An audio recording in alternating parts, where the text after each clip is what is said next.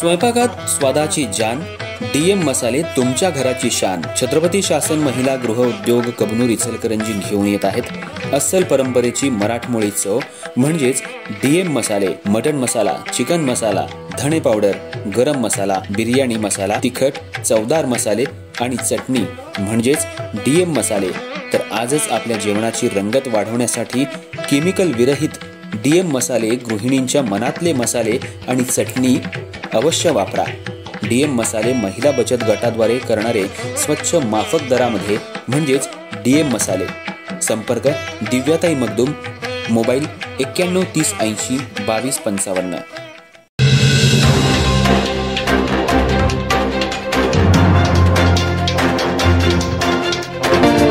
नमस्कार, मी तेजस्विनी मगदूम। एम मराठीमध्ये आपल्या सर्वांचं स्वागत आहे। पाहूया ठळक घडामोडी।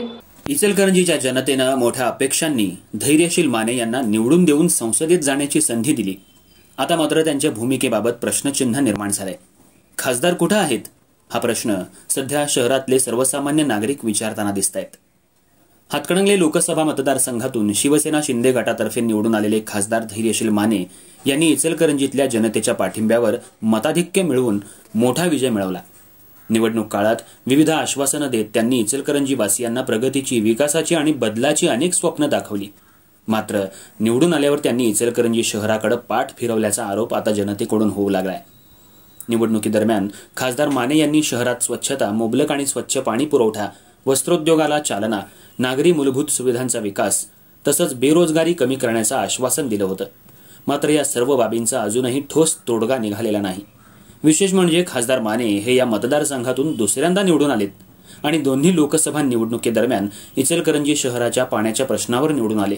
दरम्यान वारणा पाणी योजना आणि सुळकुड पाणी योजना शासनाकडून मंजूर होऊन देखील स्थानिक पातळीवर राजकारण आडवा आल्यामुळे शहराला पाणी पुरवठा सुरळीत होऊ शकला नाही।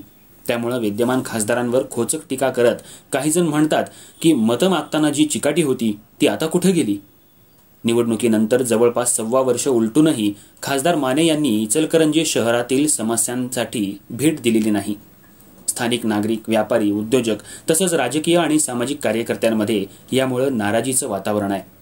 शहरातला वस्त्रोद्योग हा इचलकरंजीची ओळख असून अनेक कुटुंबांचा उदरनिर्वाह या व्यवसायावर अवलंबून आहे। त्याचबरोबर तत्कालीन मुख्यमंत्री एकनाथ शिंदे यांनी माने यांच्या प्रचारादरम्यान शहरवासियांना सांगितलं होतं की धैर्यशील माने यांना निवडून द्या, तुमची कोणतीही कामं अडणार नाहीत। यांनी जर काम नाही केलं तर मला सांगा, मी त्याचा जाब विचारून पाठपुरावा करतो। मात्र पाण्यासाठी शहरवासियांना वणवण करावी लागत असून खासदार माने यांचे इचलकरंजीकडे दुर्लक्ष होते।